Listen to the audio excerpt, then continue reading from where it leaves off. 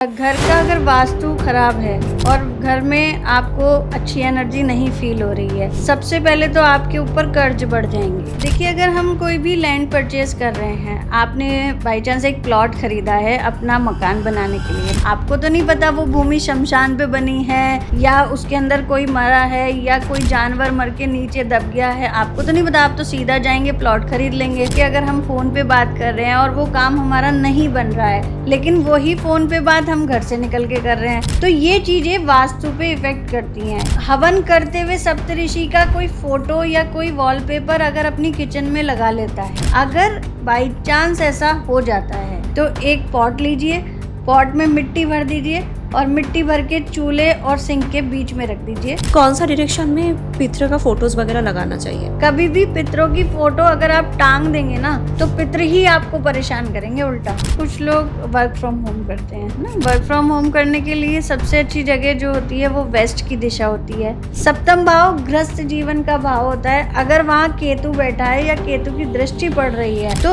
आप पति पत्नी अलग हो जाएंगे, कभी एक साथ नहीं रह पाएंगे। इस पॉडकास्ट में आगे बढ़ने से पहले आप सभी को ये रिक्वेस्ट है कि अगर ये पॉडकास्ट आपके लाइफ में थोड़ा सा भी वैल्यू एड करता है तो इस चैनल को सब्सक्राइब करिए और इस वीडियो को आपके दोस्तों के साथ शेयर करिए।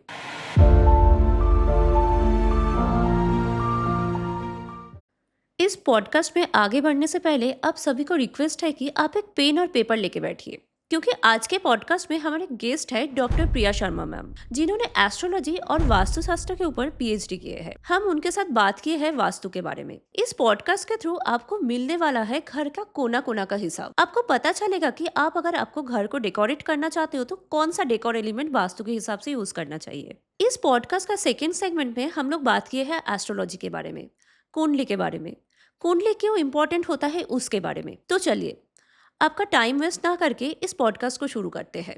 Hello Priya ma'am, welcome to Anandadhara podcast. कैसे हो? Hello ma'am, I am good. आप कैसे हैं? I'm Radhe also- Radhe. तो शुरू करने से पहले हम चाहेंगे कि आप आपके बारे में थोड़ा सा हमारे ऑडियंस को बता दीजिए, आपका थोड़ा एक इंट्रोडक्शन दे दीजिए। मेरे लिए ज्योतिष विद्या एक साधना है जो मैं अपने बचपन से निभाती आ रही हूँ। मेरे परिवार में यही साधना मेरे पिताजी ने निभाई, मेरे चाचा जी भी निभाते हैं और अब मेरे हस्बैंड भी निभा रहे हैं। तो हम लोग ज्योतिष परिवार का हिस्सा हैं और ज्योतिष परिवार के समझिए वंशज भी हैं। तो हम लोग बचपन से ये चीज़ें साधनाएं करते हुए आ रहे हैं। तो अब ज्योतिष में हमने कहते हैं कि सोशली अब बाहर निकले हैं, लोगों के सामने आए हैं और लोगों की सेवा में लगे हुए हैं। लोगों को जन्म पत्रियाँ बताते हैं, वास्तु विजिट्स करते हैं, वास्तु के बारे में बताते हैं। तो ज्योतिष से जुड़ाव हमारा जो है वो बचपन से ही है। जब हम कभी 11 वर्ष के थे तब हमने देवी की साधना की। फिर हम जैसे जैसे हमारी उम्र बढ़ती गई तो एज ए गुरु जैसे हमारे पिता ने हमें गाइड किया, उसी तरह हमने ज्योतिष में आगे कदम रखा। मैम, सबसे पहले तो ये जानना चाहूँगी कि वास्तु होता क्या है और ये कितना इम्पोर्टेंट है? किसी भी तरह की ऊर्जा या किसी भी तरह का स्ट्रक्चर, अगर जैसे हम घर में रहते हैं उसका किसी भी तरह का स्ट्रक्चर, 4 दीवारी होती हैं, 4 दीवारी के अंदर हमें सब चीज़ों की सुविधा चाहिए। तो 4 दीवारी अगर हम एक घर के हिसाब से देखें और तरीके से दिशा अनुसार चीज़ें बनी हुई हों, वह वास्तु कहलाता है। आप प्लेन भूमि पर तो नहीं रह सकते ना, प्लेन प्लॉट पे तो नहीं रह सकते। आपको अपने सर के ऊपर छत भी चाहिए, तो उसके लिए प्रॉपर घर तैयार करते हैं और घर में जो एनर्जी फील होती है वही वास्तु कहलाता है। घर की एनर्जी अगर पॉजिटिव होगी तो आपका मन लगेगा, अगर नेगेटिव होगी तो आपका मन बिल्कुल नहीं लगेगा।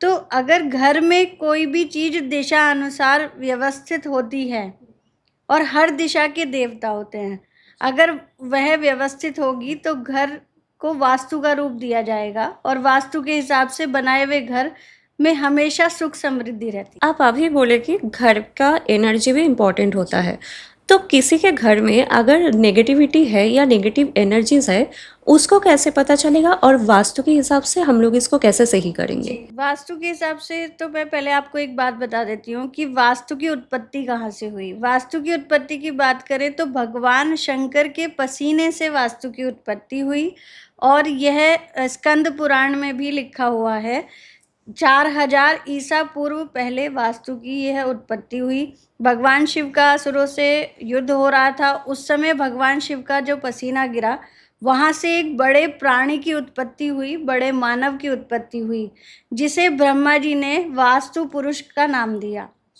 वह वास्तु पुरुष की एनर्जी इतनी ज़्यादा थी कि नॉर्मल लोग नहीं झेल सकते थे, या नॉर्मल जो असुर थे वो भी नहीं झेल सकते थे, देवताओं को भी उससे नुकसान हो सकता था।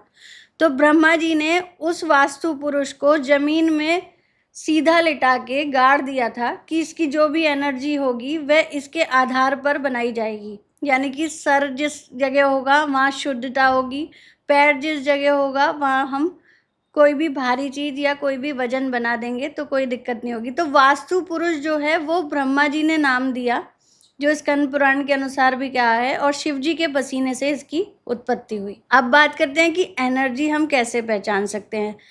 वास्तु पुरुष के अनुसार मकान जब बनाया जाता है तो हमें देखा जाता है कि वास्तु पुरुष एक पुरुष की तरह है, जैसे नॉर्मल इंसान होता है। अच्छा। उसके सर से लेकर पैर तक उसको जमीन पर प्लेस्ड किया हुआ है। सर पर अगर हम कोई भी नेगेटिव चीज बना देंगे, जैसे टॉयलेट अच्छा। या कोई बाहर मतलब स्टोर रूम, या कोई ऐसी जगह जो बेडरूम, तो वहाँ पर एनर्जी आपको इफ़ेक्ट करेगी। वास्तु की एनर्जी आपको वहाँ पे इफ़ेक्ट करेगी। आपको उसके फल जो हैं वो दूषित मिलने लगेंगे।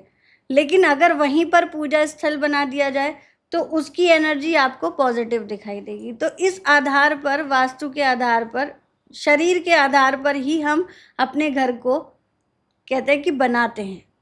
जैसे आपने देखा होगा ना, पहले ऋषि मुनि बाहर आंगन छोड़ते थे, फिर अंदर कुटिया बनाते थे, शौच करने बाहर जाते थे। तो वो सब चीज़ें वास्तु के आधार पर थी, और उसी अनुसार दिशा बनाई जाती है। जैसे पूर्व दिशा सबसे ज़्यादा शुभ है, उत्तर दिशा उससे ज़्यादा शुभ है, और पश्चिम दिशा भी शुभ है, लेकिन दक्षिण दिशा को शुभ नहीं माना जाता। अच्छा। सारी नेगेटिव एनर्जी दक्षिण दिशा की तरफ ही मानी जाती है। इसलिए जितने भी घर का भार होता है, जितनी भी घर की ऊर्जा होती है, नेगेटिव ऊर्जा, वो ज़्यादातर दक्षिण और पश्चिम की तरफ ही रहती है। पूर्व की तरफ वो नहीं आती, ईस्ट वॉल पे वो नहीं दिखाई देती।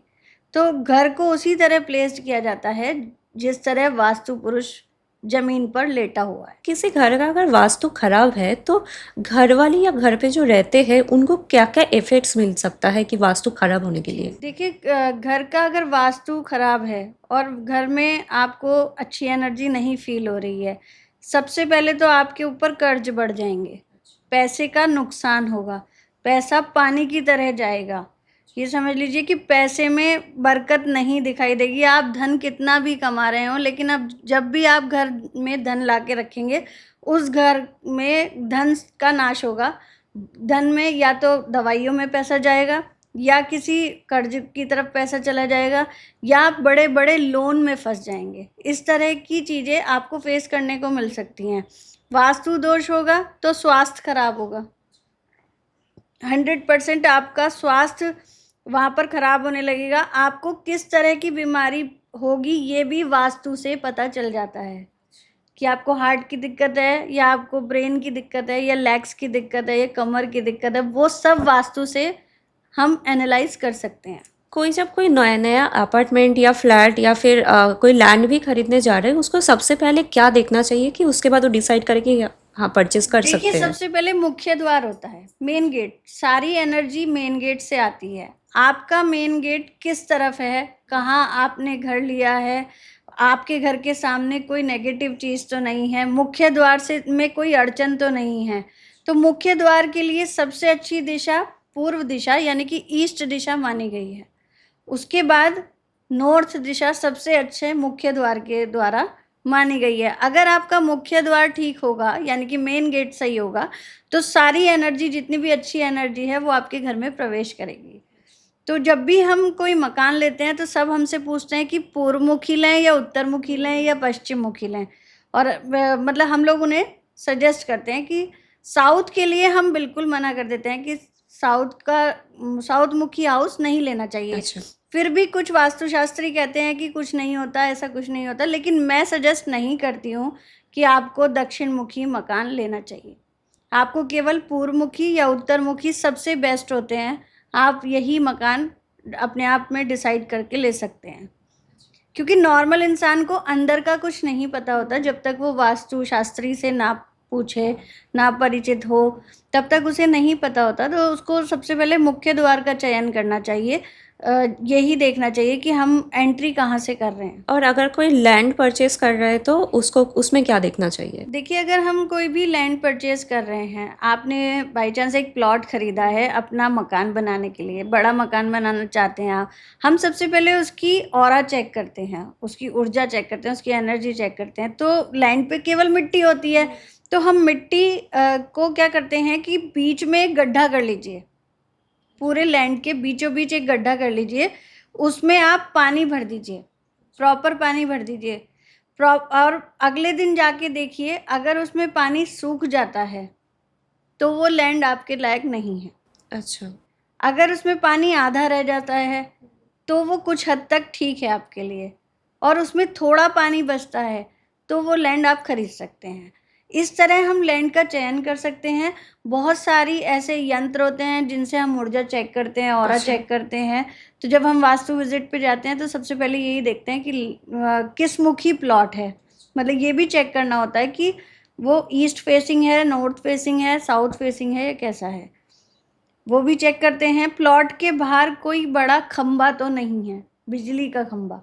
अगर प्लॉट के बाहर कोई भी बड़ा खंबा है या वो घर के बाहर है तो उस घर में हमेशा समस्याएं बनी रहेंगी, चाहे आप कितना भी वास्तु उसमें करा लो तब भी शांति नहीं मिलेगी। लैंड परचेज करने के बाद बेसिकली लोग वास्तु पूजन करवाते हैं, ये कितना इम्पोर्टेंट है वास्तु पूजन कर? वास्तु पूजन के लिए सबसे बड़ी बात यह कही गई है कि कोई भी दोष आपकी भूमि के अंदर है, आपको तो नहीं पता वो भूमि शमशान पे बनी है या उसके अंदर कोई मरा है या कोई जानवर मर के नीचे दब गया है, आपको तो नहीं पता। आप तो सीधा जाएंगे, प्लॉट खरीद लेंगे ना। आपको उसका शुद्धिकरण कराने के लिए वास्तु पूजन जरूर कराना चाहिए, और वास्तु पूजन में घट पूजन होता है जो मोस्ट इम्पोर्टेंट होता है। अच्छा। उसमें कई धातुएं, जैसे कई प्रकार का तांबा, सोना, हीरा, चांदी, सब कुछ दबाया जाता है, और कुछ कोड़ियाँ, कुछ चीज़ें जो मैं आपको यहाँ अभी नहीं बता सकती, तो कुछ चीज़ें ऐसी दबाई जाती हैं, कुछ यंत्र ऐसे दबाए जाते हैं जिससे वो भूमि कभी आपको जीवन में नुकसान ना दे। आपने देखा होगा ना कि बहुत लोग भूमि खरीद लेते हैं, उसके बाद केवल खरीदने से ही उनका क्या होता है कि नुकसान होने लगता है ना। कोई भी लैंड खरीदते हैं तो वो भूमि उनको सूट नहीं कर रही है, यह हम कुंडली के अनुसार भी देख सकते हैं कि भाई इसको भूमि सूट होगी या नहीं होगी। तो भूमि की में अगर वास्तु पूजन नहीं होगा तो वो और ज़्यादा नुकसान देगी। हम उसके दोषों को खत्म करने के लिए वास्तु पूजन करवाते हैं। अगर कहीं किसी का ऑलरेडी लैंड है या फिर वो उसका घर बना हुआ है और वहाँ पे कुछ वास्तु का प्रॉब्लम है, तो उसको कैसे पता चलेगा कि प्रॉब्लम है वहाँ पे एंड उसको कैसे वो सॉल्यूशन कर सकता है? प्रॉब्लम क्या है, खुद ही सामने आ जाती है। जब भी हमारे स्टार्स खराब होते हैं या हमारे ग्रह गोचर खराब चल रहा हो या हमारा घर में मन ना लगना, सबसे बड़ी बात होती है। घर, हम ऑफिस से थके आ रहे घर जाते हैं लेकिन हमारा घर में मन नहीं लगता। क्यों नहीं लगता? कोई भी काम घर में बैठ के अगर हम फ़ोन पे बात कर रहे हैं और वो काम हमारा नहीं बन रहा है, लेकिन वही फ़ोन पे बात हम घर से निकल के कर रहे हैं, तो ये चीज़ें वास्तु पे इफ़ेक्ट करती हैं। जैसे कोई भी आपको मनी आपकी अट्रैक्ट नहीं कर रहा, वहाँ पे घर नहीं कर रहा, लेकिन आपके बाहर काम बन जाते हैं। अच्छा। आप किसी और के अकाउंट में पैसा डालते हैं, वहाँ तो आपका बचता है लेकिन आपके घर में नहीं बचता। घर में बीमारियाँ बहुत दिखाई देने लगती हैं। जब भी घर में वास्तु दोष होगा, अचानक दुर्घटनाएं, एक्सीडेंट या कोई भी ऐसी मानहानि या आपके ऊपर कोई कलंक, झूठे ब्लेम, ये सब चीज़ें अगर आपके ऊपर लग रही हैं तो आपके रिश्तों में कड़वाहट, पति पत्नी के बीच लड़ाई, आपस में पिता और पुत्र के बीच में लड़ाई, अच्छा। पुत्री घर से बाहर भाग गई या पुत्री ने बिना बताए शादी कर ली, ये सब वास्तु दोष है। अच्छा। आपके घर में कमरे कहाँ प्लेस्ड हैं, ये इस चीज़ को बताते हैं कि आपके घर में वास्तु दोष है। अच्छा। तो इन चीज़ों से हमें आभास होने लगता है। कभी कभी ऐसा होता है कि भूत बाधा भी होती है ना, और तंत्र बाधा भी होती है। हमारे घर पे किसी ने नेगेटिव ऊर्जा छोड़ रखी है, तो वो भी इसका एक सबसे बड़ा कारण है। अगर हमारे घर का साउथ वेस्ट खंडित है या खराब है या उसको अंधेरे में रखा हुआ है, तो आपके घर के ऊपर 100% नज़र दोष भी है, तंत्र भी कराया हुआ है। तो वास्तु क्या है कि आपकी खुद की जो फीलिंग है, हमारी खुद की फीलिंग है। मैं इस पॉडकास्ट में अगर बैठी हूँ तो मुझे कैसा फील हो रहा है, आप मेरे साथ बैठी हैं तो आपको मुझसे मिलके अच्छा लगा या नहीं लगा, तो हम एक दूसरे की एनर्जी को, जो वाइब्स होता है हाँ, उसको जो पहचान। वाइब है उसे कैच कर रहे हैं। अब आपको मेरे जाने के बाद अच्छा नहीं लगे तो आप पहचानेंगी कि कहीं ना कहीं मेरे घर में ही वास्तु दोष है। अच्छा। इन चीजों से समस्याएं बढ़ती चली जाती हैं अगर घर में वास्तु दोष होता है। अच्छा।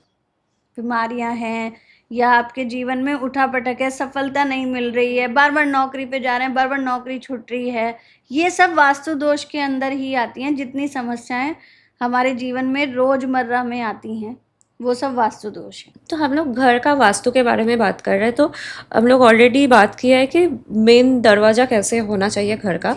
तो कहीं कहीं हम लोग को देखता है कि घर का मेन डोर में लोग स्वस्तिक बनाता है या फिर कलश बनाता है, या कहीं कहीं गणेश जी भी रहते हैं। तो इसका कितना क्या सिग्निफिकेंस रहता है? देखिए, सनातन धर्म के अनुसार कुछ चिन्ह ऐसे हैं जो हमारे लिए शुभता प्रदान करते हैं। अगर कहीं वास्तु दोष होता है तो हम भी स्वास्तिक बनवाते हैं। चावल रोली और हल्दी से हम पिसवा के स्वास्तिक बनवाते हैं। अगर आप अपने मुख्य द्वार पे, आपने पूछा मेन गेट पे हाँ। करना चाहिए, अगर आप मुख्य द्वार पर, क्योंकि आप बाहर से आए सीधे सबसे पहले अपना मेन गेट देखेंगे। हाँ। मेन गेट की तरफ बढ़ते हुए अगर आप स्वास्तिक लगा देते हैं तो जितनी भी नकारात्मक ऊर्जा है वो तो रिटर्न हो जाती है, अच्छा। और पॉजिटिव वाइब्स जितनी होती हैं, जितनी पॉजिटिव ऊर्जा होती है, एनर्जी होती है, वो आपके घर में प्रवेश करने लगती है। तो जितने भी शुभ चिन्ह हैं, जैसे गणेश जी लगा देते हैं, प्रथम प्रथम गान गणेश जी का किया जाता है। जब भी हम पूजा पाठ करते हैं तो सबसे पहले गणेश जी का वंदन किया जाता है। इसलिए घर के मुख्य द्वार पर कुछ लोग गणेश जी का चित्र लगाते हैं, क्योंकि हमारा प्रवेश ही वहीं से प्रारंभ होता है। तो और स्वास्तिक हमारा क्योंकि शुभ चिन्ह है, ओम है, स्वास्तिक है, त्रिशूल है, ये सब हमारे सनातन धर्म में ग्रंथों में शुभ चिन्ह बताए गए हैं। इनको लगाना घर में बहुत ही शुभ होता है, और मुख्य द्वार पे जब भी हम लगाते हैं तो नेगेटिव एनर्जी आपकी प्रवेश नहीं करती। पॉजिटिव वाइब्स जो है, पॉजिटिव एनर्जी है, वो आपके घर में प्रवेश करती है। इसका ये महत्व होता है। अच्छा। और ये वास्तु दोष को भी दूर करता है। जैसे आपके मेन डोर पे ही वास्तु दोष है या आपने किसी और कलर का बना दिया, मेन गेट कभी भी हम ब्लैक कलर का नहीं बनवाते, हम अवॉइड करते हैं। अधिकतर आपने देखा होगा लोग ब्लैक कलर का ही बनाते हैं मेन गेट, लेकिन हम अवॉइड करवाते हैं कि ब्लैक कलर का मेन गेट नहीं बनाना चाहिए।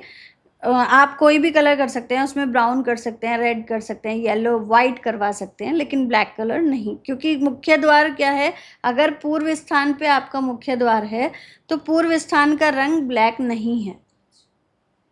इसलिए प्रवेश करने के लिए जो भी मुख्य द्वार हो वो अट्रैक्टिव हो, उसके चिन्ह अट्रैक्टिव हो, और वहाँ पर पूजन सबसे पहले दहलीज का किया जाता है। हाँ। द्वार पूजन होता है, दहलीज पूजन होता है। आप भी नए घर में प्रवेश करेंगी तो हमारे यहाँ तो ये पद्धति है कि नए घर में जब भी पति पत्नी साथ जाते हैं तो तुलसी माँ को गोद में लेके जाते हैं, सर पे कलश लगा के जाते हैं, और तब अपने घर में सीधे पैर से, राइट लेग से आप प्रवेश करते हैं। तो वो बहुत शुभ माना जाता है। इसलिए ये शुभ चिन्ह जो हैं अगर हम अपने मुख्य द्वार पे लगाते हैं तो 100% इनका बहुत लाभ मिलता है।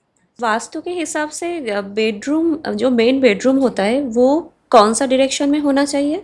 देखिए, अगर हम मेन बेडरूम की बात करें तो कपल्स का जो बेडरूम होना चाहिए ना, पति पत्नी का जो बेडरूम होना चाहिए, वो ज्यादातर साउथ और वेस्ट के बीच में, यानी कि नैऋत्य कोण बोला जाता है उसको, साउथ वेस्ट के बीच का कोना, वहां पर हस्बैंड वाइफ का बेडरूम होना चाहिए। वह बेडरूम क्या है कि सबसे ज्यादा एनर्जी वहीं होती है तो वो राहु की जगह, लेकिन पति पत्नी के कहते हैं वहां जो चीज रख दो वो बढ़ जाती है। तो रिश्ते में सुधार होना शुरू हो जाता है और रिश्तों में बढ़त होनी शुरू हो जाती है। जैसे किसी दाम्पत्य जीवन में संतान नहीं हो रही तो उनको साउथ वेस्ट के बीच में नैऋत्य कोण में अगर आप बिठा देते हो या उन्हें सोने के लिए भेज देते हो तो उनको संतान प्राप्ति बहुत जल्दी होती है।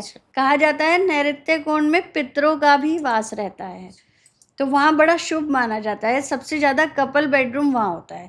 तो सबके हिसाब से डिसाइड होता है बच्चों का कहाँ होना चाहिए, कपल्स का कहाँ, जो बड़े हैं बुजुर्ग हैं उनका कहाँ होना चाहिए, उस हिसाब से तय किया जाता है वास्तु अनुसार। बेडरूम का कुछ स्पेसिफिक कलर भी करवाना चाहिए कि थोड़ा लाइट कलर या वाइट हाँ, कलर? देखिए बेडरूम में कभी भी एग्रेसिव कलर नहीं होने चाहिए, जैसे रेड कलर बिल्कुल अवॉइड करना चाहिए। आपका बेडरूम किसी भी दिशा में हो, चाहे साउथ में हो, चाहे वेस्ट में हो या ईस्ट में भी हो, तब भी आपको बेडरूम में कभी भी रेड ब्लैक कलर नहीं कराना चाहिए। आजकल ग्रे का ट्रेंड है बहुत ज़्यादा, तो ग्रे कलर भी नहीं कराना चाहिए। ग्रे तो बिल्कुल राहु से इंडिकेट करता है। बहुत लाइट कलर, पिंक हो, वाइट हो। मैं तो सबको सजेस्ट यही करती हूँ कि वाइट कराइए आप ना, क्रीम कराइए, या फिर आप ज़्यादा से ज़्यादा लाइट येलो करा लीजिए। बहुत लाइट कलर यूज़ करने चाहिए जिससे मन क्या है, शांत रहता है। अगर आप डार्क कलर कर लेते हैं तो डार्क कलर करने से लड़ाइयाँ बढ़ जाती हैं, रिश्तों में तनाव होने लगता है। इसलिए बेडरूम में हमेशा लाइट कलर करने चाहिए। किचन का वास्तु कैसा होना चाहिए? किचन कौन सा डायरेक्शन में होना चाहिए? किचन की हम बात करें तो ईस्ट और साउथ के बीच में आग्नेय कोण माना जाता है। ठीक है, जब भी ईस्ट आप समझती हैं पूर्व दिशा, और साउथ होगी हमारी दक्षिण दिशा, इसके बीच में आग्नेय कोण आता है। जहाँ अग्नि तत्व ज़्यादा होता है तो वहीं पर महिलाएं अगर खड़े होकर भोजन बनाती हैं तो घर में सुख समृद्धि बढ़ती है। इवन अगर पूरे घर में रसोई ठीक है तो पैसे की कमी कभी नहीं हो सकती आपके घर में।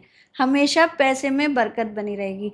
पूरे घर का स्वास्थ्य किचन से जुड़ता है, क्योंकि महिला भोजन बनाती है, तो भोजन बनाते हुए जब भी वो दूसरों को परोसती है तो जो भी खाते हैं उसकी सारी एनर्जी उसके उन लोगों के अंदर आती है। तो अगर आग्नेय कोण में शुभ दिशा में आपने बना ली किचन, तो आपकी बस समझो कि बल्ले बल्ले है, मतलब आपके पास पैसा ही पैसा है। पैसे की कोई कमी कभी नहीं रहेगी। इवन उस स्त्री का स्वास्थ्य भी बहुत अच्छा रहेगा और वो टेस्टी खाना बना के देगी आपको। मतलब कभी होता है ना कि हम खाना खा रहे हैं, एसिडिटी बन रही है, गैस बन रही है, तो वो वास्तु दोष है। आपकी किचन किसी और डायरेक्शन में होगी तो आपको ये सब चीज़ें, पेट से जुड़ी संबंधी जितनी भी आपको पेट से जुड़ी हुई बीमारियां हैं वो हो जाएंगी। किचन में ऐसा भी कुछ स्पेसिफिक चीज़ें रखी जाती है कि जो वास्तु सुधारता है या फिर कुछ और एनहांस कर देता है? मैंने काफ़ी चीज़ों में देखा है कि किचन की डायरेक्शन बहुत जगह गलत होती है, तो वहाँ पर मैं एक बहुत अच्छी चीज़ बताने जा रही हूँ कि आपने सप्तऋषि देखे होंगे। सप्तऋषि हवन करते हुए सप्तऋषि का कोई फोटो या कोई वॉलपेपर अगर अपनी किचन में लगा लेता है, अच्छा।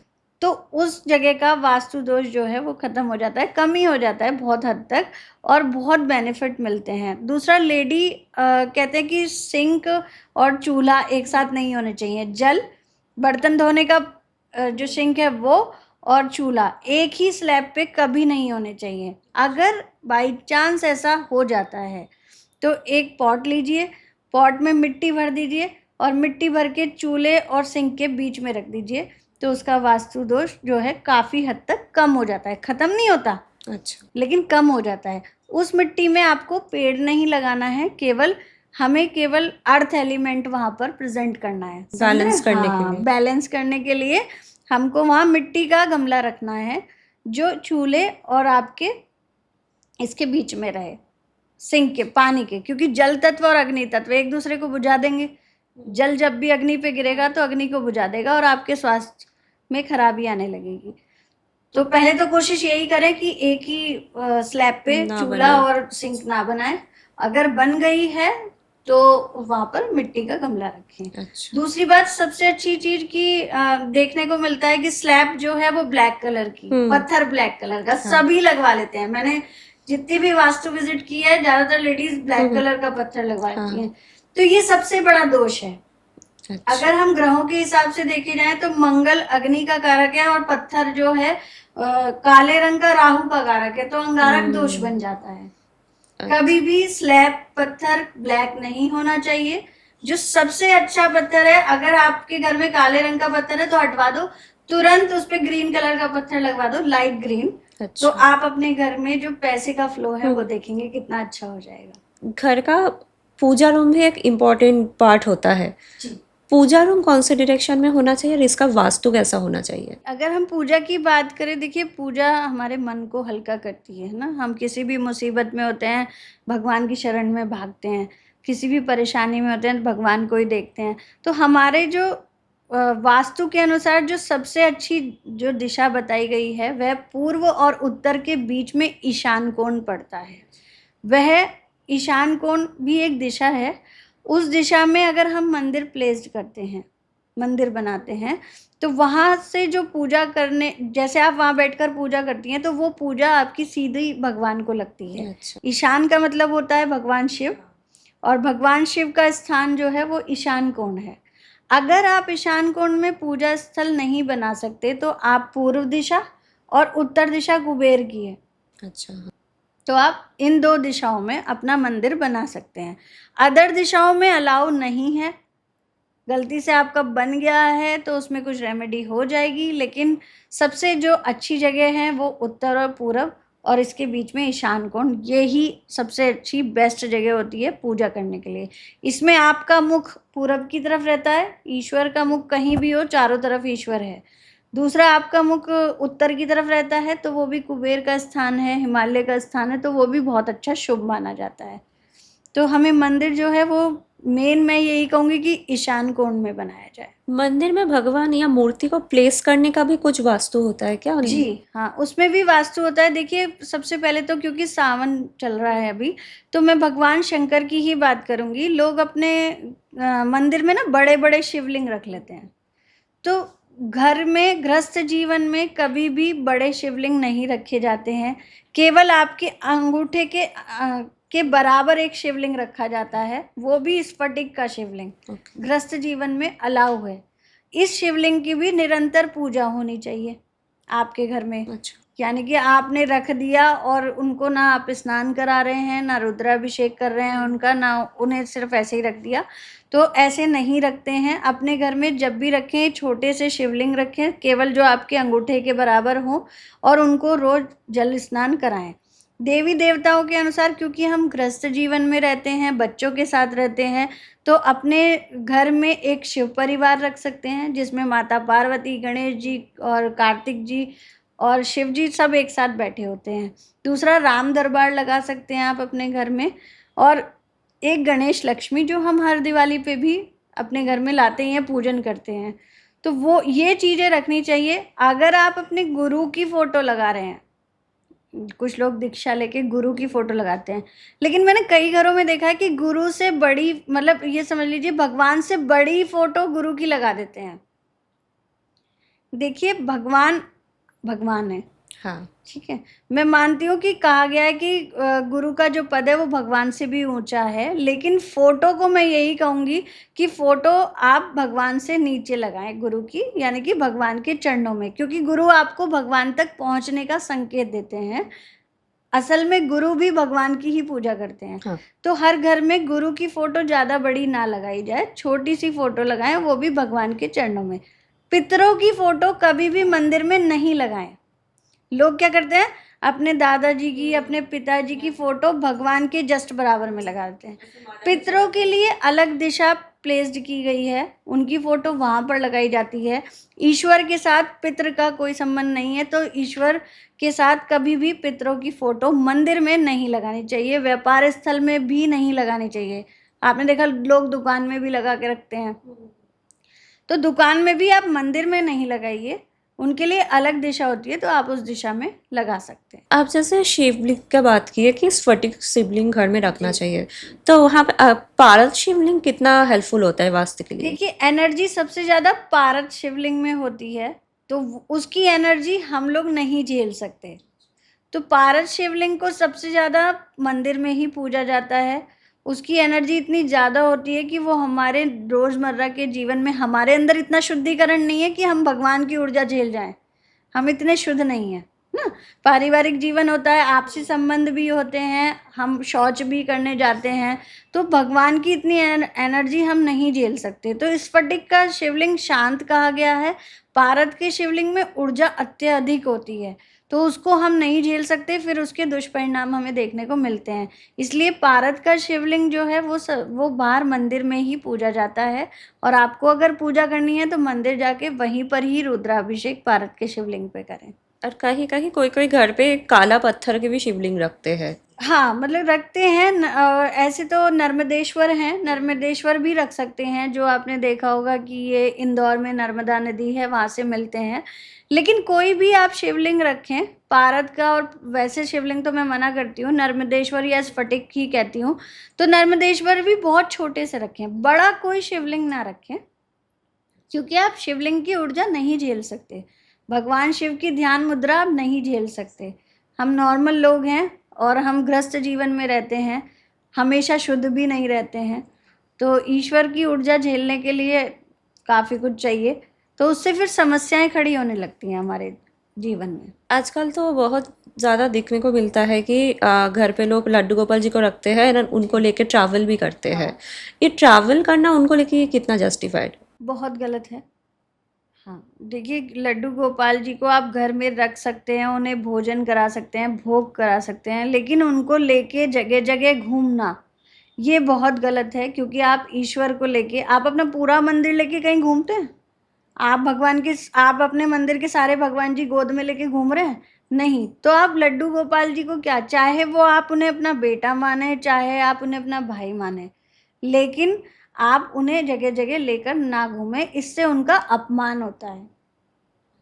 और दूसरा, हम हर जगह जब ट्रैवलिंग करते हैं तो हम खाते-पीते जाते हैं, शौच करते हुए जाते हैं, या फिर हम किसी भी मतलब नकारात्मक चीज़ पे हाथ लगा ही देते हैं। तो ईश्वर को आप ऐसे गोद में लेके जगह-जगह नहीं घूम सकते, आप चाहे जितने शुद्ध हों। भगवान का शुद्धिकरण जो है वो उन्हीं की जगह पे, आप अपने घर में रखते हैं, बहुत अच्छी बात है, भोग लगाइए, नहलाइए-धुलाइए, उनका श्रृंगार कीजिए। कुछ लोग मथुरा लेके जाते हैं, वृंदावन लेके जाते हैं, देखा क्या, उनके गोपाल जी खो गए, भीड़ में गिर गए। उस अपमान से अच्छा है आप उन्हें घर पे बिठा के रखें और उनकी घर पे ही सेवा करें। कभी भी भगवान को लेके गोद में नहीं घूमना चाहिए, मेरा तो यही कहना है।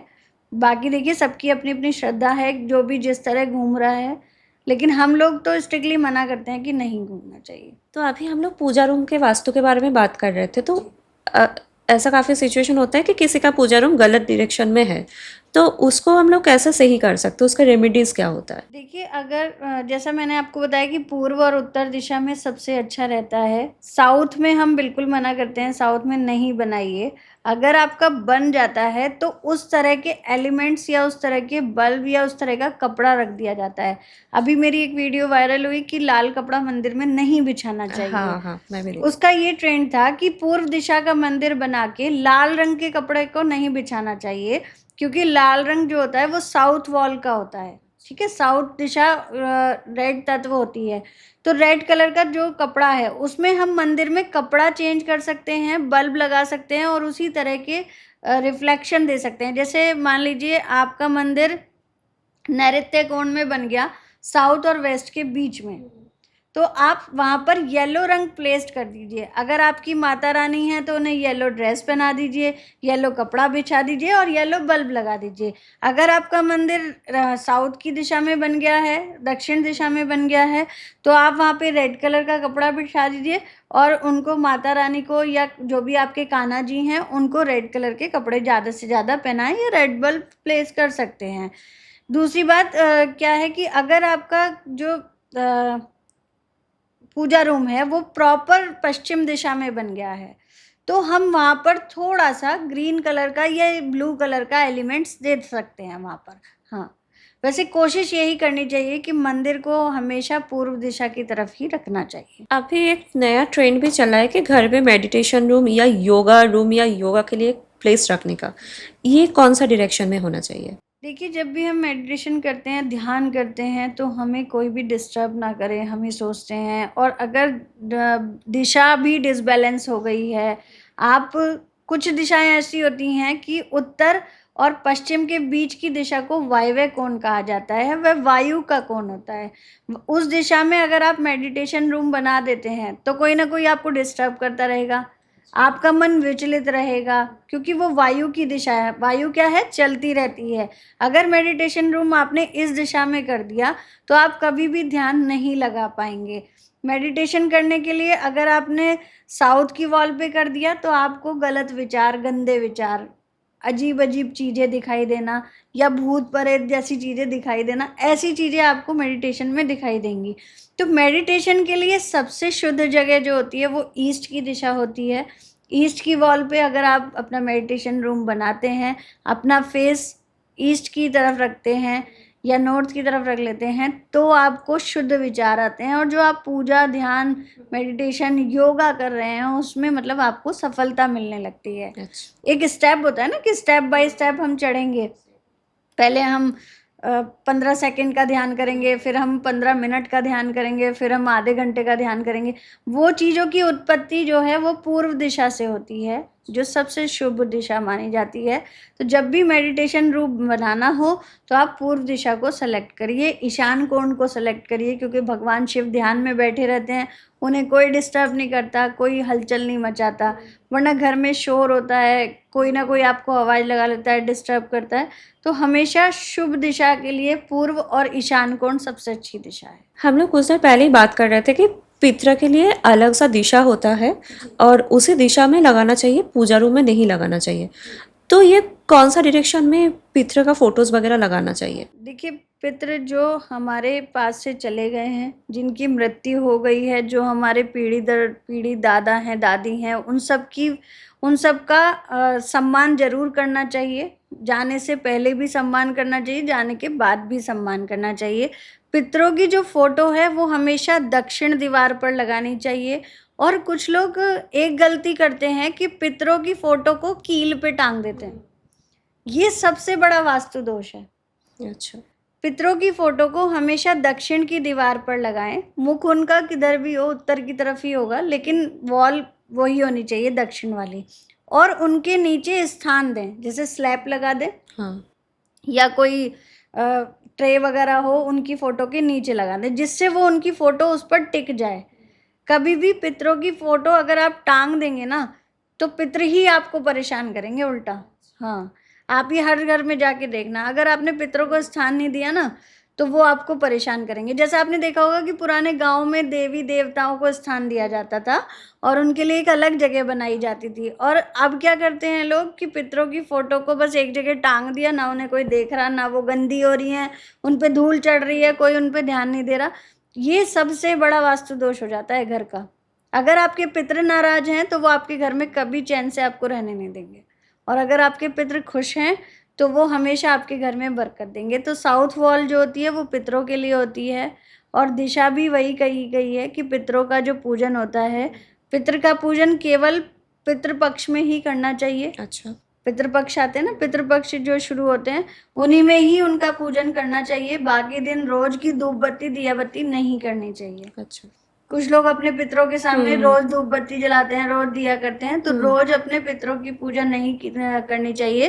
रोज भगवान की पूजा करनी चाहिए, और उन दिनों में भी सबसे ज्यादा पितरों की पूजा करनी चाहिए जो पितृपक्ष शुरू होते हैं। वास्तु के हिसाब से घर में वॉशरूम या टॉयलेट कौन सा डायरेक्शन में होना चाहिए? देखिए, वास्तु के अनुसार जो टॉयलेट होना चाहिए वह वेस्ट और नॉर्थ के बीच में वायव्य कोण होता है, उसमें ही टॉयलेट को सबसे ज़्यादा कंसिडर किया जाता है। या फिर आप साउथ की वॉल पर भी बना सकते हैं टॉयलेट। 2 दिशाएं ऐसी दी गई हैं जहाँ पर टॉयलेट प्लेस्ड हो सकता है। मेन तो यही है कि वायव्य कोण में ही बनाया जाए। वहाँ पर क्या है कि वायु का कोण है, तो जो गंदगी है, जो चीज़ें हैं, जो नेगेटिविटी हैं, वो वायु द्वारा निकलती रहती हैं।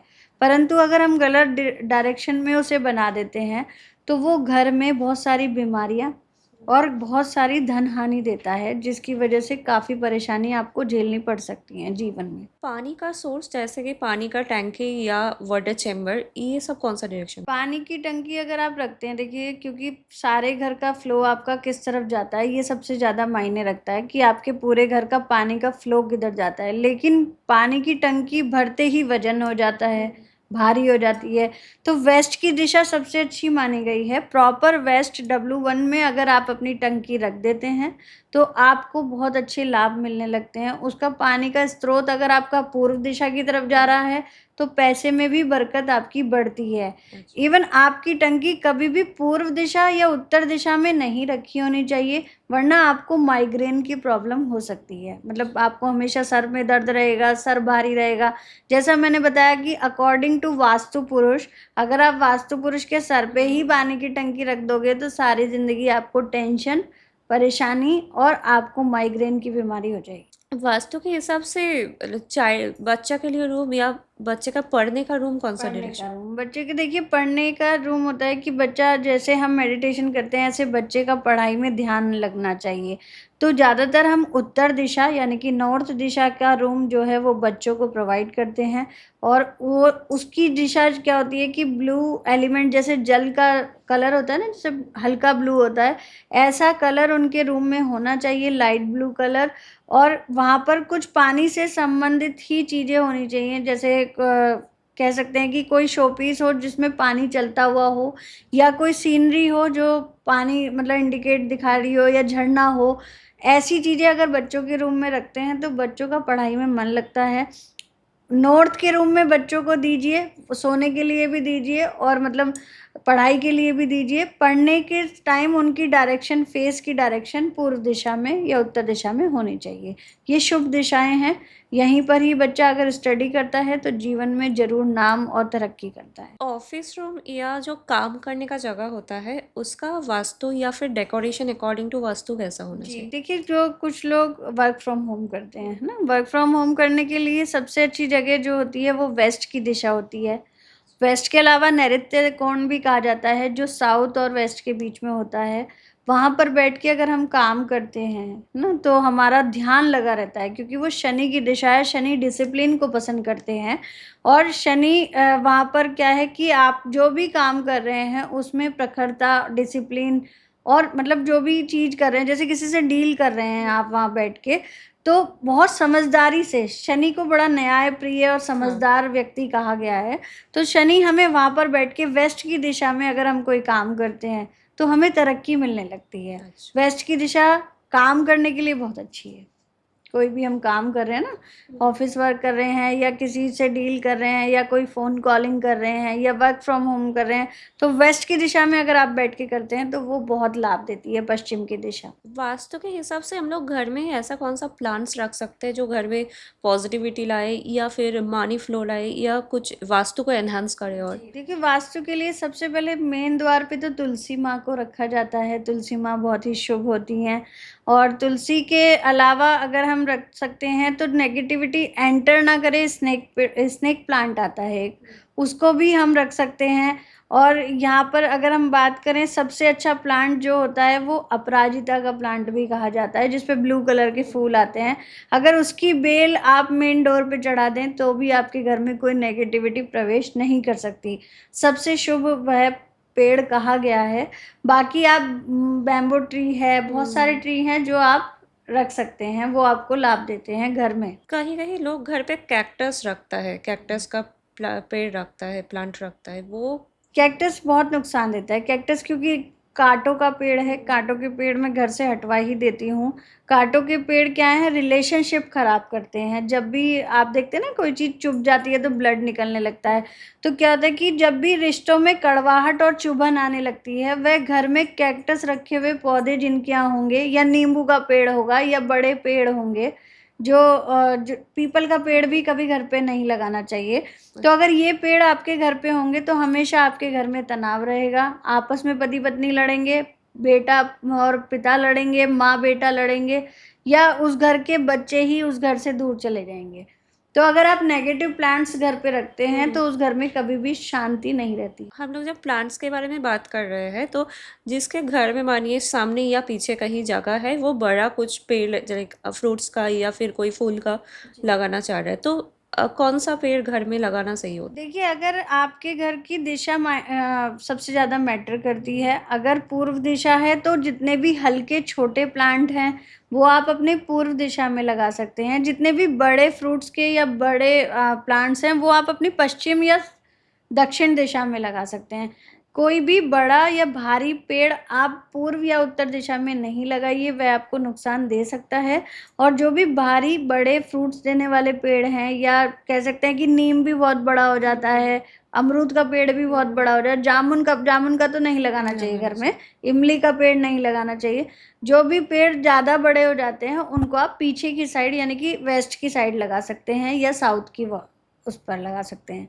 गार्डन पे डिपेंड है कि आपके घर का गार्डन किस जगह है, उसी जगह उसी अनुसार पेड़ लगाए जाते हैं। घर पे ऐसा कौन सा होम डेकोर या कुछ भी चीज़ें हम लोग रख सकते हैं वास्तु के अकॉर्डिंग जो मनी को अट्रैक्ट करे? देखिए, मनी को अट्रैक्ट करने के लिए बहुत सारी चीज़ें हैं, और मायने ये रखता है कि डायरेक्शन क्या है, सही डायरेक्शन क्या है। अब भागते हुए घोड़ों का चित्र लगाते हैं ना, हॉर्स का लगाते हैं, और हॉर्स को हम किस दिशा में लगा सकते हैं। कभी भी घोड़े, जब आप अपने घर पे कोई भी पेंटिंग लगा रहे हैं तो वो बाहर की तरफ भागते हुए ना हो, मतलब मेन डोर की तरफ भागते हुए ना हो, उनकी दिशा हो कि आपके अंदर मतलब घर में भाग रहे हो। और वाइट कलर के घोड़े अगर आप लगाते हैं तो पूर्व दिशा या उत्तर दिशा में लगा सकते हैं। इसके अलावा आप अपने घर में देखा होगा क्रिस्टल कछुआ भी रखते हैं कुछ लोग, क्योंकि कछुआ धीरे धीरे चलता है, उन्नति भी धीरे धीरे देता है, लेकिन शुभता भी देता है। माँ लक्ष्मी का वाहन भी माना जाता है कछुआ। तो कछुए को हमेशा वेस्ट की दिशा में आप रख सकते हैं। वेस्ट की दिशा शनि की दिशा भी होती है और माता लक्ष्मी की भी दिशा है। तो वेस्ट की दिशा में आप एक टर्टल रख सकते हैं, वो भी अच्छा क्रिस्टल का या स्फटिक का बना हुआ हो, और उसको आप कांच की ही ट्रे में पानी भर के रख दीजिए। अच्छा। तो वो आपकी मनी के लिए बहुत अच्छा रहता है, और आपके घर में जो धन आता है वो रुका रहता है। कभी कभी ऐसा होता है धन तो बहुत आता है लेकिन खर्चे इतने कि रुक नहीं पाता। तो अगर आप उसे वेस्ट दिशा में रखते हैं तो आपके धन का जो फ्लो है वो बना रहता है और आता रहता है, आपके घर में धन रुका रहता है। घर में हेल्थ अच्छा रखने के लिए कौन सा ऐसा कुछ होम डेकोर का चीज़ें हम लोग रख सकते हैं? देखिए, अगर आप घर में अपनी हेल्थ ठीक रखना चाहते हैं तो आपको, अब सबसे ज़्यादा मैं आज बताने जा रही हूँ कि ऐसी चीज़ है वो जो आप अपने घर में रखेंगे तो आपको कभी कोई बीमारी नहीं लगेगी। आप अपने घर की चारों दिशाओं में 5 हल्दी की गांठ, आज तक किसी ने ये चीज़ नहीं बताई होगी। 5 हल्दी की गांठ, 5 कोड़ी, 5 गोमती चक्र आप अपने घर की चारों दिशाओं में रख दीजिए। तो आपके घर में आने वाली एक तो नेगेटिविटी खत्म होगी, दूसरा आपके घर की जो मतलब जो हेल्थ है, लोग बीमार रहते हैं वो ठीक होने लगेंगे, तीसरा आपके धन के स्रोत भी बनेंगे। आपका पैसा दवाइयों में नहीं जाएगा अगर आपने चारों दिशाओं में ये चीज़ें रख दी। जी, हल्दी की गांठ, गोमती चक्र और एक वो होती है कोड़ियाँ, वो साथ में रख दें। वास्तु में कलर्स कितने इम्पोर्टेंट होते हैं, जैसे कि फ्लोर का कलर या फिर सीलिंग का कलर? वास्तु में सबसे ज़्यादा मैंने जैसे बताया दिशाएं बहुत महत्वपूर्ण होती हैं, हर दिशा का अपना कलर होता है। तो आप अगर फ्लोर का कलर लेते हैं तो मैं सबसे ज़्यादा जो कंसिडर करती हूँ वो करती हूँ वाइट कलर को, कि आप वाइट कलर का फ्लोर बनवाइए, ब्लैक कलर का फ्लोर नहीं बनवाइए। कुछ लोग वुड का बनवा लेते हैं, ठीक है, वुड का बनवा सकते हैं। वुड कलर जो होता है ब्राउन कलर का भी बनवा सकते हैं, क्योंकि वो अर्थ एलिमेंट है, धरती से जुड़ा हुआ है। लेकिन आप सीलिंग में अगर डार्क कलर कर देते हैं तो वो आपको मानसिक परेशानी, तनाव, नुकसान वो दे सकता है। तो सीलिंग में भी आप लाइट कलर रखिए और कमरे के हिसाब से रखिए। जैसे हम ज़्यादातर पूर्व दिशा के लिए येलो कलर कहते हैं, उत्तर दिशा के लिए हम ब्लू कलर कहते हैं, हल्का नीला कलर हम वेस्ट के लिए कहते हैं, और प्रॉपर जो साउथ के लिए कहते हैं वो हल्का रेड कलर कहते हैं। ऐसा नहीं है कि साउथ है तो पूरा लाल रंग ही करा दिया। कुछ लोग क्या करते हैं कि साउथ में ऑलरेडी रेड है, उसे और बल्ब लगा के और रेड कर दिया। तो किसी भी तत्व की अगर बढ़ोतरी कर दोगे तो वो नुकसान देगी। अति बुरी है हर चीज़ की, कोई भी काम कर रहे हैं उसकी अति कर दी तो वो बुरी है। एक प्लेसमेंट है, उसको, उस तत्व को उतनी ही देर वहाँ पर प्लेस रहना चाहिए। जैसे रेड कलर है तो रेड कलर लाइट कलर में होना चाहिए, प्रॉपर डार्क कलर नहीं होना चाहिए। तो कोशिश ये करिए कि घर में जितने हल्के कलर होंगे मन उतना शांत रहेगा, और जितने जगह जगह डार्क कलर होंगे उतना मन बेचैन रहेगा। आप विश्वास नहीं करेंगे, हम एक जगह वास्तु करने गए, उन्होंने कहीं लाल कलर, कहीं पीला कलर रखा, कहीं नीला कलर रखा, सारे घर में उन्होंने वास्तु के अनुसार कलर करा दिए। लेकिन वो मानसिक इतना पीड़ित, इतने परेशान, उनकी नौकरी छूट गई, उनके घर का काम नहीं चल रहा, उनके घर में उनके पेरेंट्स बीमार हैं। हमने पूरे घर के रंग उतरवा के पूरा घर वाइट कलर का करा दिया और आज उनकी शादी भी हो गई, वो सुख चैन से जी रहे हैं।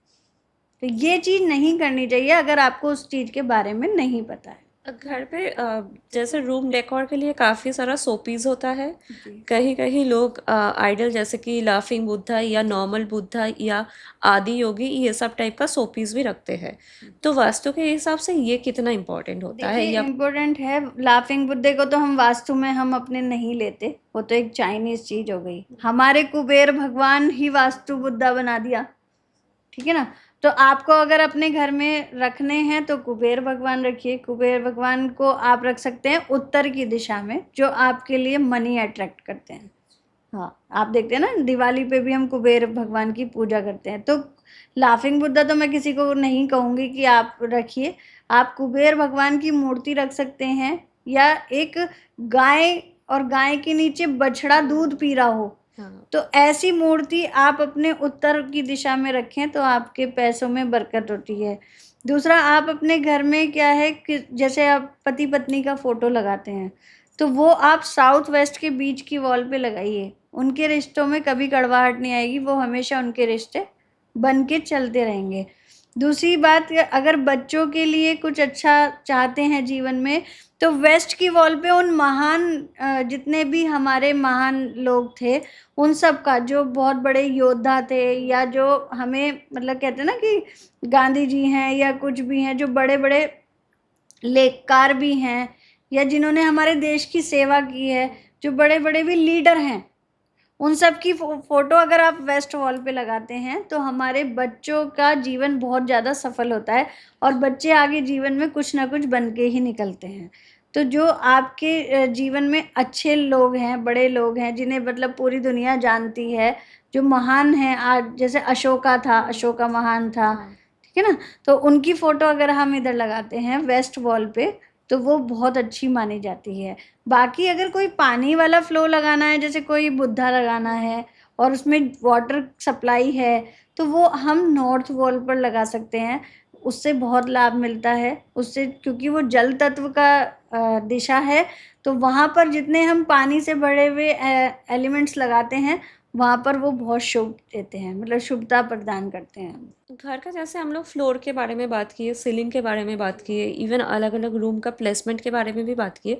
तो अभी फॉल्स सीलिंग भी कहीं कहीं घर पे दिखाई देता है, तो वो कितना वास्तु के अकॉर्डिंग है? देखिए रूफ को क्या मानते हैं हम, जो हमारे घर की छत होती है उसको हम राहु मानते हैं। वो हमारे घर का सबसे बड़ा, हमारी छत है, आप समझिए ना, हम धूप से बचा रही है, हमें पानी से बचा रही है। तो हमारे कहते हैं ना कि हमारे सर पे तो छत है। तो ये सीलिंग का जो प्रोसेस अब शुरू हुआ है, ये कोई बेस्ट प्रोसेस नहीं है, इसको ज़्यादा अच्छा नहीं माना जाता। कर रहे हैं लोग सीलिंग क्योंकि होम डेकोर में चल रहा है और फैशन के तौर पे भी है। लेकिन राहु की जितनी भी, राहु कभी हमेशा नेगेटिव नहीं होता, जितनी पॉजिटिविटी भी है ना, ये सीलिंग ख़त्म करती है। तो आपके घर में अगर राहु को कुछ लाभ भी देना होगा ना, तो ये सीलिंग कभी आपको लाभ नहीं देने देगी। आपने पुराने घरों में देखा है, बड़े बड़े महल होते थे लेकिन ऊपर सीधी छत होती थी, और जब हम लेटते हैं, जब हम विश्राम करते हैं, तो हमारी नज़र कहाँ होती है? सीलिंग। ऊपर छत पर होती है पूरी, कि हमारे घर की जो छत है वो हमें धूप, रोटी, कपड़ा, मकान सब कुछ दे रही है ना। तो आपको कभी भी सीलिंग मेरे हिसाब से तो नहीं करानी चाहिए, और क्योंकि ये आजकल का फैशन है, तो थोड़ा सा अपना छत का हिस्सा दिखता हुआ होना चाहिए। मेन इसका प्रोसेस यही है। प्रिया जी, वास्तु के बारे में हम लोग ऑलमोस्ट सारी एस्पेक्ट ख़त्म कर चुके हैं। जो भी डिस्कशन करना था हम लोग सारी एस्पेक्ट को कवर किए हैं। तो अभी हम लोग थोड़ा एस्ट्रोलॉजी के बारे में बात कर लेंगे। तो सबसे पहले तो ये जानना चाहेंगे कि वास्तु के अकॉर्डिंग भी हम लोग एक इंसान का काफ़ी लाइक फ्यूचर या फिर लक चेंज कर सकते हैं। एस्ट्रोलॉजी वास्तु से कितना डिफरेंट है और कितना उसमें इम्पैक्ट रखते हैं एस्ट्रोलॉजी? देखिए एस्ट्रोलॉजी की अगर हम बात करें तो हमारा जन्म किस नक्षत्र में हुआ है, किस समय में हम पैदा हुए हैं, कब हम माँ के गर्भ से निकलकर धरती पे आए हैं। हमें धरती की ऊर्जा अलग से महसूस हुई, माँ के गर्भ में अलग महसूस होती है। तो हमारा जो एस्ट्रोलॉजी है, जो ज्योतिष है, वो हमारे जीवन के नक्षत्र और उनके ग्रहों के बारे में बताता है। लेकिन जिस तरह के ग्रह होते हैं उसी तरह का हमें मकान मिलता है। तो इस तरह के ग्रह हमें हमारे वास्तु से जोड़ते हैं। अब मान लीजिए, सपोज कर लीजिए कि आपकी कुंडली में जुपिटर बहुत अच्छा है, गुरु बहुत अच्छा है, तो आप नोट करिएगा, आपको हमेशा पूर्वमुखी मकान मिलेगा। अच्छा। ईस्ट फेसिंग मकान आपको हमेशा मिलेगा, चाहे वो आप किराए पे रहेंगे, चाहे वो आप काम करने जाएंगे, या आपका अपना खुद का मकान होगा। लेकिन वो गुरु शुभ होना चाहिए कुंडली में। तो जन्म कुंडली के हिसाब से तो हम एस्ट्रोलॉजी लेंगे, और वास्तु को अगर हम इससे कनेक्ट कर दें तो ये हमें उसी तरह के रिजल्ट देता है जिस तरह के हमारा घर में वास्तु है। जब हमारी ग्रह दशा खराब होती है, तब वास्तु के सारे जितने भी कहते हैं ना दोष, वो सब निकल के आ जाते हैं। लेकिन जब हमारी ग्रह दशा हमारा साथ देती है, तो उसके जो पॉजिटिव रिजल्ट हैं, जो हमारे घर की ऑरा है, ऊर्जा है, वो सब हमारे पॉजिटिव ग्रहों में दिखाई देने लगती है। तो हम इस तरह कनेक्ट करता है, एस्ट्रोलॉजी भी कनेक्ट करती है और वास्तु भी, इससे एक दूसरे से, दोनों एक दूसरे के पूरक हैं। हम लोग एस्ट्रोलॉजी के बारे में बात कर रहे हैं, तो यहाँ पे मैं जानना चाहूँगी कि वैदिक एस्ट्रोलॉजी क्या होता है? देखिए, वैदिक एस्ट्रोलॉजी का वर्णन महर्षियों ने भी किया है, सनातन धर्म में भी किया गया है, और सबसे पहले वैदिक एस्ट्रोलॉजी ही हमारे जीवन में आई है। जितने भी ऋषिगण थे, सबने वैदिक एस्ट्रोलॉजी के अनुसार ही जीवन में आगे चयन किया है। जैसे भगवान राम की भी कुंडली बनी हुई है, कृष्ण जी की भी कुंडली है, और बड़े बड़े जितने भी मतलब कह सकते हैं कि भगवान थे या उनके अवतार थे, सबका कुंडली बना हुआ है। अब कुंडली में 12 घर होते हैं। 12 घर में जो भी हमारे ग्रह बैठे रहते हैं, उनके अनुसार प्रिडिक्ट किया जाता है, यानी कि बताया जाता है भविष्य में क्या होगा, क्या होने वाला है, या क्या कर्म करके हम लोग आए हैं। तो वो 12 जो ग्रह होते हैं वो हमारे जीवन में, उसमें नक्षत्र भी होते हैं। नक्षत्र के अनुसार भी प्रिडिक्ट किया जाता है कि हमारे कार्मिक क्या रिलेशन थे, या हम पिछले जन्म में क्या करके आए हैं, आगे हम क्या करेंगे, प्रेजेंट में हम क्या करते हैं। तो कुंडली का सार जो है वो वैदिक ज्योतिष के द्वारा ही देखा जाता है। अच्छा। वैदिक ज्योतिष का जो उत्पत्ति है वो हमारे ऋषियों के द्वारा हुई है, और उनके अनुसार ही हम जीवन में आगे इस वैदिक ज्योतिष को बढ़ाते जा रहे हैं। अभी अपने कुंडली के बारे में बात कर रहे थे, तो कुंडली में हम लोगों को जैसे पता है कि 12 हाउसेस होता है। उस 12 हाउसेस में राहु का ऐसा कौन सा डिफरेंट डिफरेंट पोजीशन में क्या इफेक्ट होता है जातक के ऊपर? देखिए, राहु अगर पॉजिटिव अवस्था में हो, पहले तो राहु अकेला जहाँ बैठा हो वहाँ बहुत अच्छे रिजल्ट देता ही देता है। दूसरी बार क्या है कि हमारे कुंडली में कहा गया है कि पहला, छठा और 8वां 12वां, ये घर में अगर राहु बैठा है तो कहीं ना कहीं नेगेटिव परिणाम दे सकता है। कुछ ना कुछ हमारे साथ नकारात्मक चीज़ें हो सकती हैं।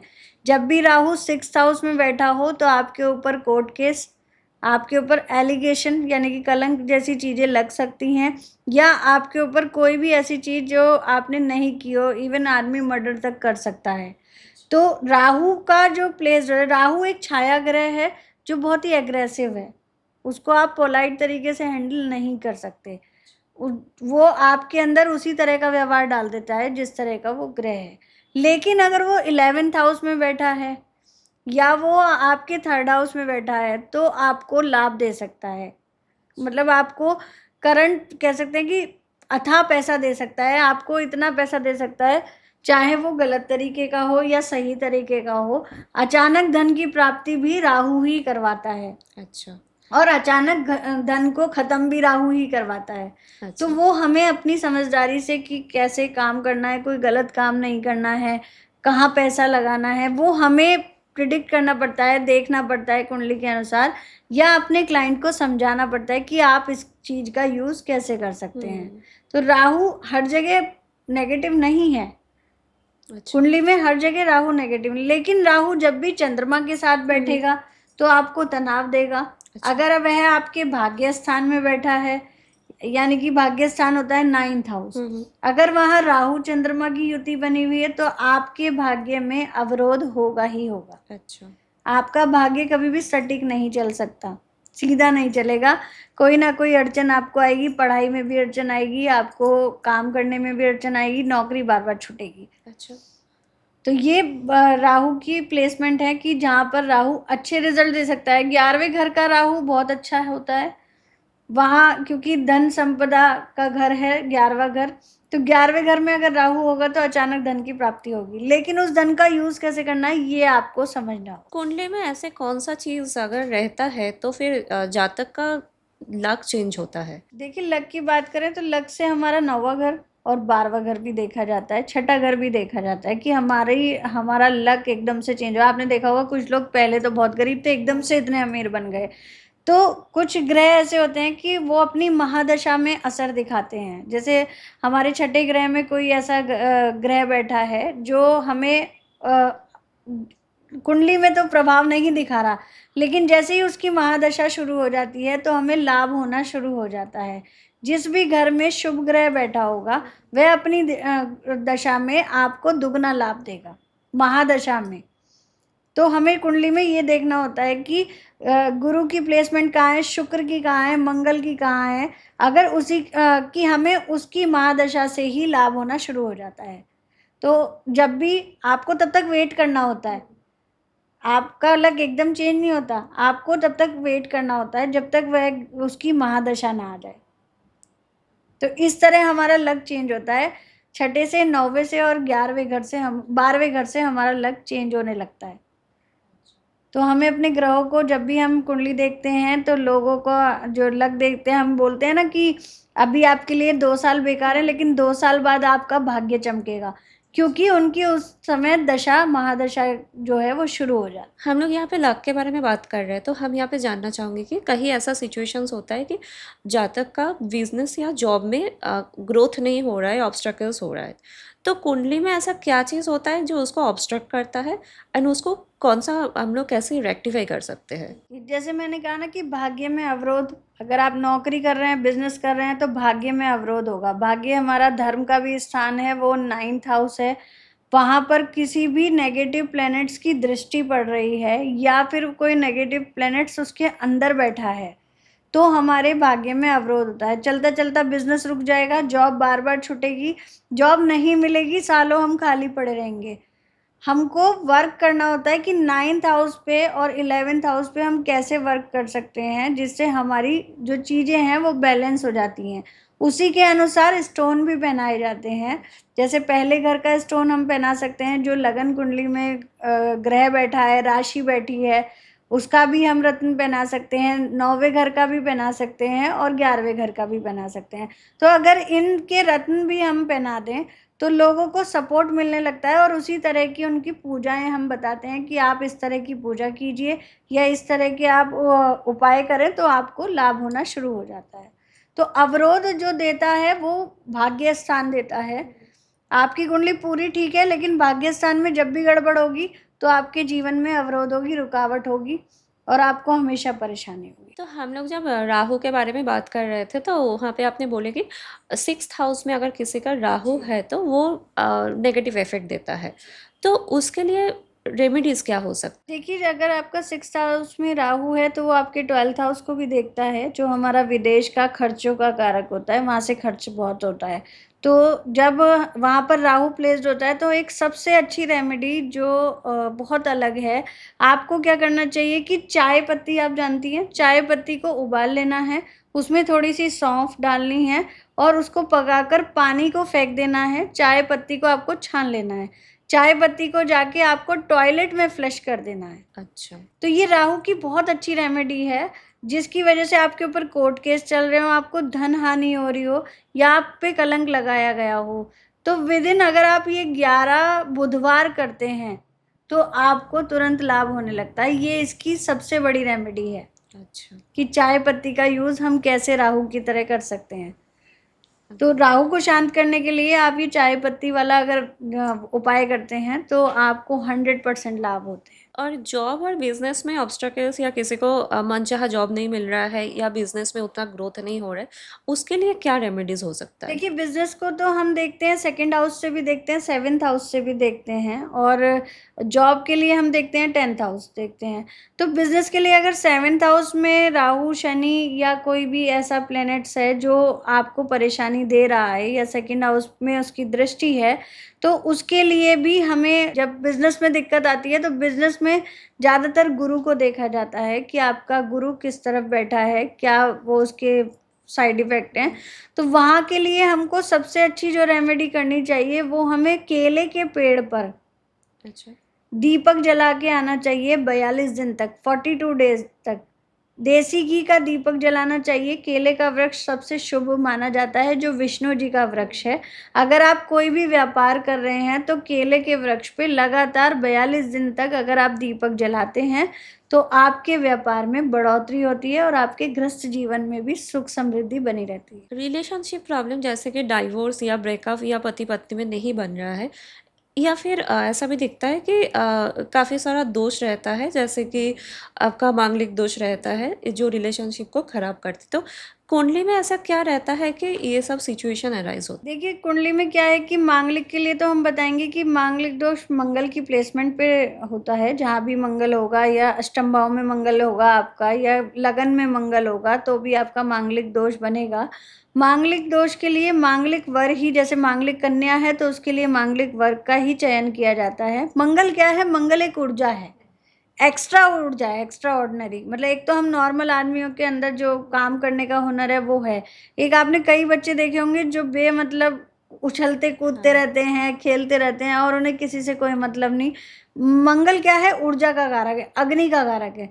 तो उसके साथ उसी का ही मेल होना चाहिए। जैसे कुंडली में जब भी आपके मांगलिक दोष हो तो कन्या का विष्णु विवाह कराना चाहिए, और वर को बेरी के पेड़ से उसका विवाह कराना चाहिए। बेर का पेड़ होता है, बेरी के पेड़ से उसका विवाह कराना चाहिए, फिर उसका विवाह करना चाहिए।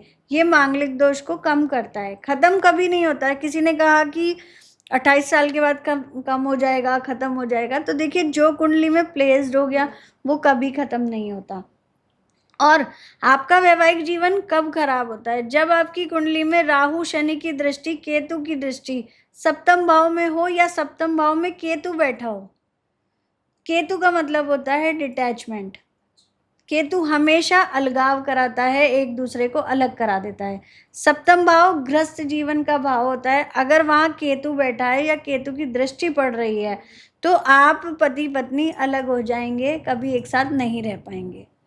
लेकिन इसके लिए सबसे अच्छी रेमेडी मैं आज आपको बताऊंगी। अगर केतु आपके सप्तम भाव में बैठा है तो आपको ऐसे पति पत्नी का चयन करना चाहिए जो दोनों जॉब पे हों, दोनों अलग अलग सिटी में हों, जिनका मिलना बहुत कम हो, महीने में 1 बार हो या 2 बार मिल लें।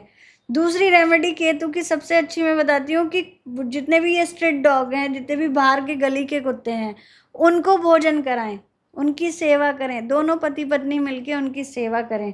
केतु अगर आपके जीवन में परेशानी लाता है या आपको अलग कराने की कोशिश करता है तो थोड़े दिन के लिए मेडिटेशन में चले जाएं। जैसे आप कहीं भी धर्म स्थान पर जा सकते हैं, वहाँ मेडिटेशन कीजिए और अपने रिश्तों में कड़वाहट मत आने दीजिए। अच्छा। राहु के उपाय सब बताते हैं, लेकिन केतु का सबसे अच्छा उपाय ये होता है कि जब भी सप्तम भाव में या सेकंड हाउस में केतु आ जाए तो आप दोनों पति पत्नी को वर्किंग होना चाहिए, और शहर से दोनों के अलग होना चाहिए कि भाई आप गुड़गांव जा रही हैं जॉब करने और वो दिल्ली जा रहे हैं। अच्छा। और शाम को आके मिल रहे हैं। तो केतु है वो मायने में डिटैचमेंट है, और डिटैचमेंट हम अगर इस तरह बना के चलेंगे तो हमारी मैरिड लाइफ बहुत अच्छी जाएगी। स्वास्थ्य के बारे में मैं थोड़ा पूछना चाहूँगी, हेल्थ के बारे में कि किसी का आगे जाके लाइफ में कुछ क्रिटिकल बीमारी होगा या ऐसा कुछ चीज़ आएगी या आयु रिलेटेड कुछ प्रॉब्लम है, ये कुंडली के हिसाब से कैसे पता चलता है? कुंडली में इसमें हम देखते हैं अष्टम भाव, जो 8वां भाव है, वो हमारी उम्र का कारक है, मृत्यु का कारक है, और कह सकते हैं कि अगर यहाँ पर मारक ग्रह बैठ जाए। अब एक बहुत बड़ी बात बताते हैं हम, सुशांत की बात बताते हैं। सुशांत सिंह था ना, राजपूत, उसकी कुंडली में क्या था कि राहु उसकी कुंडली में बैठा हुआ था, चंद्रमा उसकी कुंडली में सेकंड हाउस में था, और शनि उसकी कुंडली में अष्टम भाव में था। चंद्रमा की दृष्टि शनि पे पड़ी तो विष योग बना। उसने चंद्रमा पे जमीन भी ली थी, आपने नोट किया होगा ना। उसका चंद्रमा से पहले से जुड़ाव था। लेकिन शनि जब भी चंद्रमा के साथ जुड़ जाता है, कि शनि नीले रंग का होता है, जब पानी में घुल जाएगा तो जहर बन जाएगा। भगवान शिव ने भी हलाहल पिया था तो वो नीले रंग का कंठ हो गया था ना उनका।